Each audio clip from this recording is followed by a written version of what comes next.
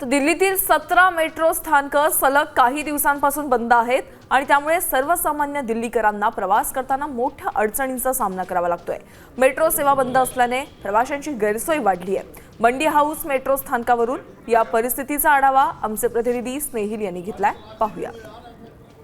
तर मंडी हाऊस स्टेशनच्या बाहेर आपण बघतोय मेट्रो स्थानकामध्ये यावेळेस मोठ्या प्रमाणात लोक येतात की हे स्टेशन्स उघडतील आणि इथून आपल्याला कामाच्या ठिकाणी जावं लागेल, परंतु हे स्टेशन्स जे ते बॅरिकेड्स घालून आणि शटर बंद करून बंद केलेले आहेत। आपल्यासोबत एक दिल्लीतलेच रहिवासी आहेत जे या मेट्रोने प्रवास करतात। कब से ये बंद है? सर 2-3 दिन हो गए परेशान हो रहे हैं। परेशानी बढ़ रही है, परेशानी कोई हल नहीं हो रही? कोई हल नहीं है। अब स्कूल से आए हैं हम लोग, स्कूल में टीचर हैं, तो अब आए हैं तो बहुत मुश्किल हो रही है। सुबह खुला होता है, इस टाइम बंद कर देते हैं रोज। अब कोई साधन नहीं है, कैसे कर जाएं?